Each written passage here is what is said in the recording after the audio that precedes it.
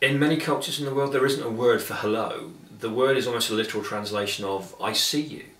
And I guess that's where coaching starts for me. I kind of need to see the person in their own space, and I think it's important that they are seen, they feel seen and acknowledged. I don't want to draw too many cultural comparisons, but I think particularly in the West, you know, we focused on who people are, what they are, defined by perhaps their role or their job and things, but it's really powerful when you just say to someone, hi, good to meet you, and spend a bit of time listening to what they want to say. And in that moment, they are truly seen and they feel comfortable and can relax. And that's where the coaching conversation starts.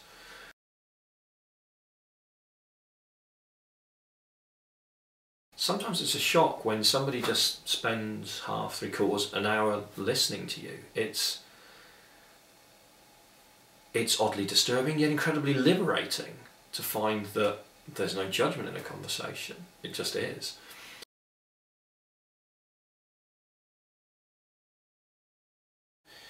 You speak with truth and honesty, having built up a rapport.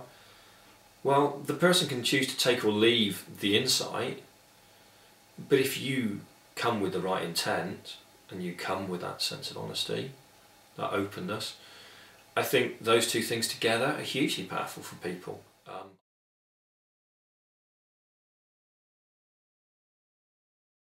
The more I looked at wanting to take a calculated risk into what was possible, and taking what would seem to be unreasonable risks, the more that the NASA information drew me. And I actually went and visited Houston, visited the Space Center there, and went behind the scenes and looked at the work that they did, and particularly studied one astronaut, a guy called Ed White, Colonel Ed White, who he was unfortunately killed in the Apollo 1 fire, but he was the first American to walk in space. And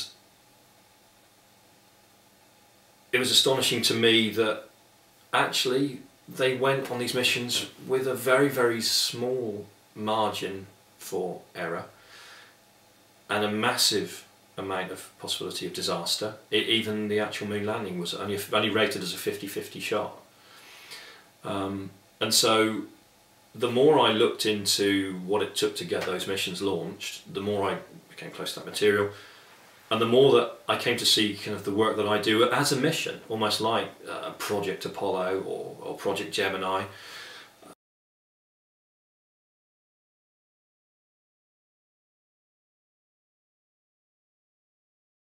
Just the key of the word, libero.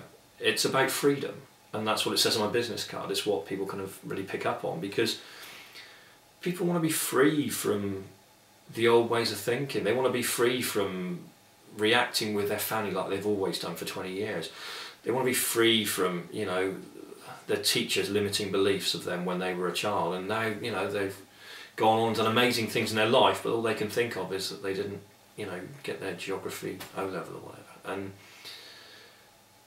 so I suppose it's the combination of two factors between that whole kind of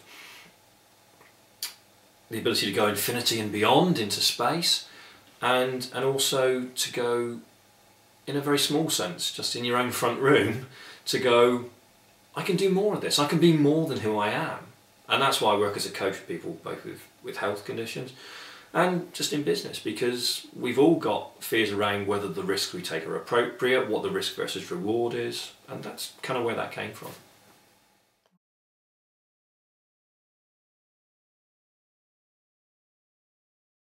In Mission Control, they've got all the different screens, it's feeding in lots of different data. So there's several guys there and they're watching everything. But the guy in the spaceship hasn't really got time to deal with all of that, hasn't got the capacity perhaps to deal with all of that. So as Mission Control, or as a coach, you're helping to bring out the broad themes, making sure that things aren't missed, things which seem to be important, things which keep reoccurring, warning lights and the like in there for them, but for a client, linguistic patterns, repeats of behaviour. They may not see that they're doing those sort of things, and they just need their attention drawing to them. I think there's a feeling that for a lot of people, coaching is some sort of therapy or some sort of counselling, but it's not that. It's really about just pointing out things and saying, did you see this? Did you notice this? Because I've seen it back here. I don't know if you've seen it up close to the issue. And I think that was probably the most important thing that I learned on the floor of mission control.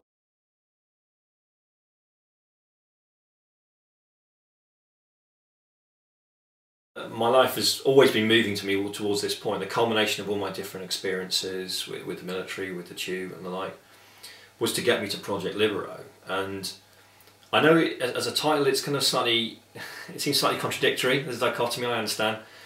There's the project, which is the structure, you know, everyone, there's a way we do things, and there's the Libero, which is the freedom. And but that still works for me, because you have to have firm foundations on which to build. You can look at that as the intent, the honesty from the coach. I try and bring that side of that in my project part to allow you, the client, to be free, to be liberated, to be whatever you want to be, because I have that space, I have that sense of honesty, that sense of intent that we talked about earlier. That's all there for me to enable you to go forward. And that's a fantastically powerful thing for me, because I can bring those things together, and it means that all that has come before and all that will go in the future means that I can bring Project Libero into the service of others.